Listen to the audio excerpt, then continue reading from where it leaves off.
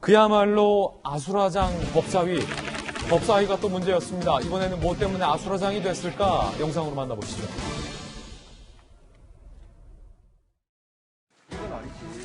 이건 아니지. 네? 이건 아니지. 윤호중 위원장이 못 오는 이유가 뭔데? 참고로 오늘 회의는 국회 방송을 통해 중계되고 있습니다. 국회 여기 이 건물에 있으면서 못 오는 이유가 뭡니까?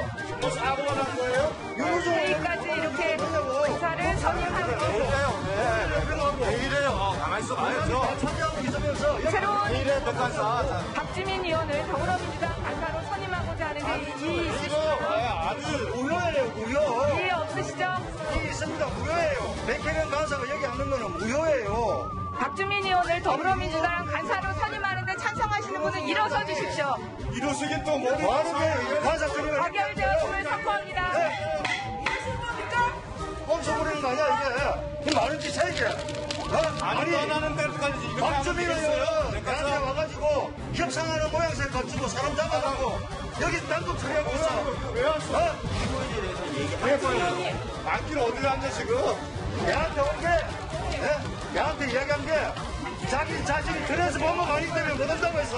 박주민 의원. 더불어민주당 간사로 새로 선임된 박주민입니다. 감사해요. 안 된다고, 이게. 제가 2시에 복귀하도록 하겠습니다. 총회를 선포합니다. 아니, 위원장 사과해야 하는 거 아니에요?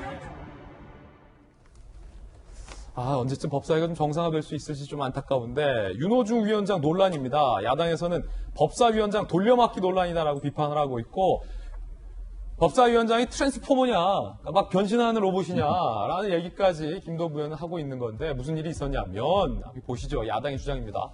윤호중 원내대표가 법적으로 신임 원내대표도 하면서 동시에 법사위원장직을 유지하고 있잖아요. 그래서 당연히 저 사회에 법사위원장이 나와야 되는데 갑자기 간사인 백혜련 간사가 진행을 하는 거에 대해서 국민의힘은 문제를 삼았고 그렇기 때문에 간사 자리도 갑자기 박주민 의원에게 새로 간사 자리도 바꿨다. 그러니까 법사위원장직을 돌려막기 하다 보니까 간사직까지 돌려막기 했다라는 게 국민의힘의 문제 제기입니다. 이거 국회법 위반이다라고 국민의힘은 주장하고 있고요. 국회법 50조.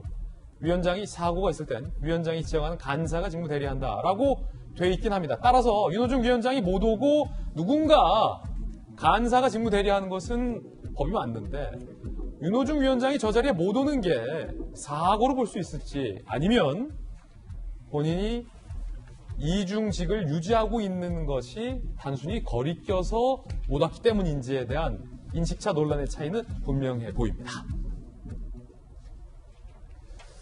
깔끔하지는 못한 모습이었습니다. 일단은 정혁진 변호사님, 여기서 말하는 그 사고는 어떤 의미입니까?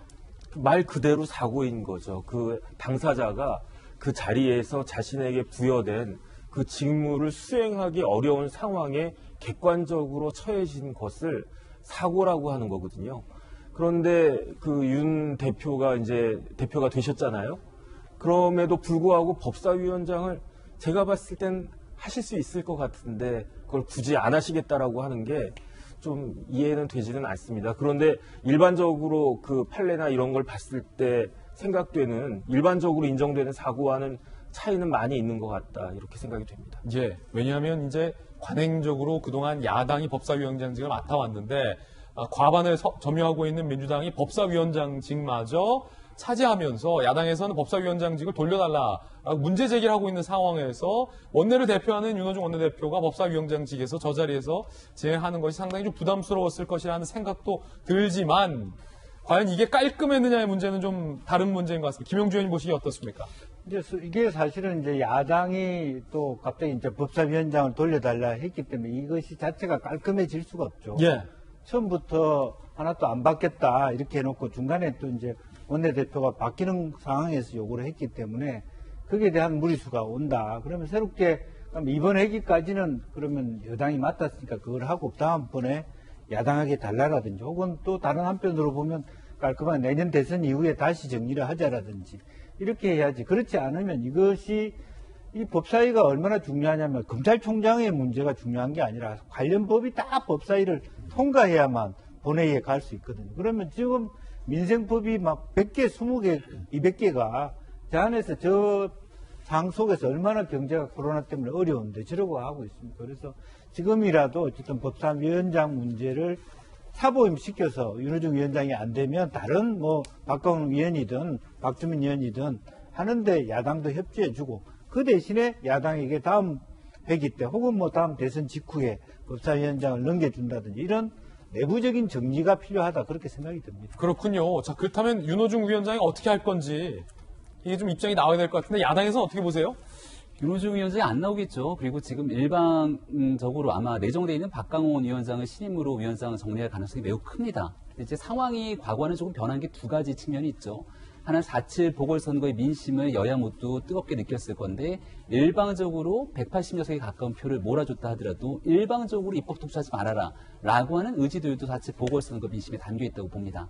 지난날 작년 이미 임대차 3법 처리를 우리가 지켜봤을 때 굉장히 많은 의석을 잇고 이것은 야당의 협조 동의 없이 일반 강행 처리했지만 그 결과는 국민에게 큰 피해로 다가오는 측면들이 있었습니다. 야당은 원내대표가 김기현 신임 원내대표가 선출됐기 때문에 여기에 대해서 법사위원장이 윤호중 원내대표 선출위로 공석이 돼서 새롭게 선임해야 되는 과정이니 과거에 있었던 전례와 관행에 빗대서 야당이 최소한의 견제 역할을 할 수 있도록 가져가야 된다 이렇게 주장하고 있는 것이고요.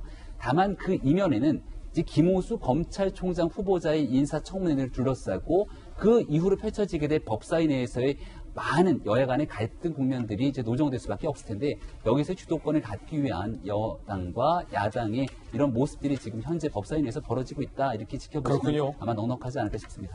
파행으로 끝난 법사위 그러다 보니까 때 아닌 이름 논쟁까지 불거졌습니다. 함께 보시죠. 기리를 해가지고 단독으로 간사 선출하는 것도 문제고 우리는 이게 절차 위반이라서 무효라고 이야기했잖아요. 아니 윤호중 위원장이 요 바로 위층에 있잖아요. 부층 밑에 있잖아요. 상임위원이 상임위원장 출석 요구하는 희한한 독살이에요. 왜 김도 간사님 내 이름 이야기하지 마. 생각을 해. 왜? 이름 부르는 것도 안 돼? 안 돼. 왜? 부르지 마. 그럼 뭐라 그래야 돼? 그럼? 내가 이야기. 당신 뭐라 그래야 돼? 당신은 막말이지. 뭐라 그래야 되냐고 내가. 간사님 그럼 기하. 김종민이거나 나서면 이게 개그가 코미디가 되네 이 참. 김종민 의원 덕분에 한번 웃었습니다.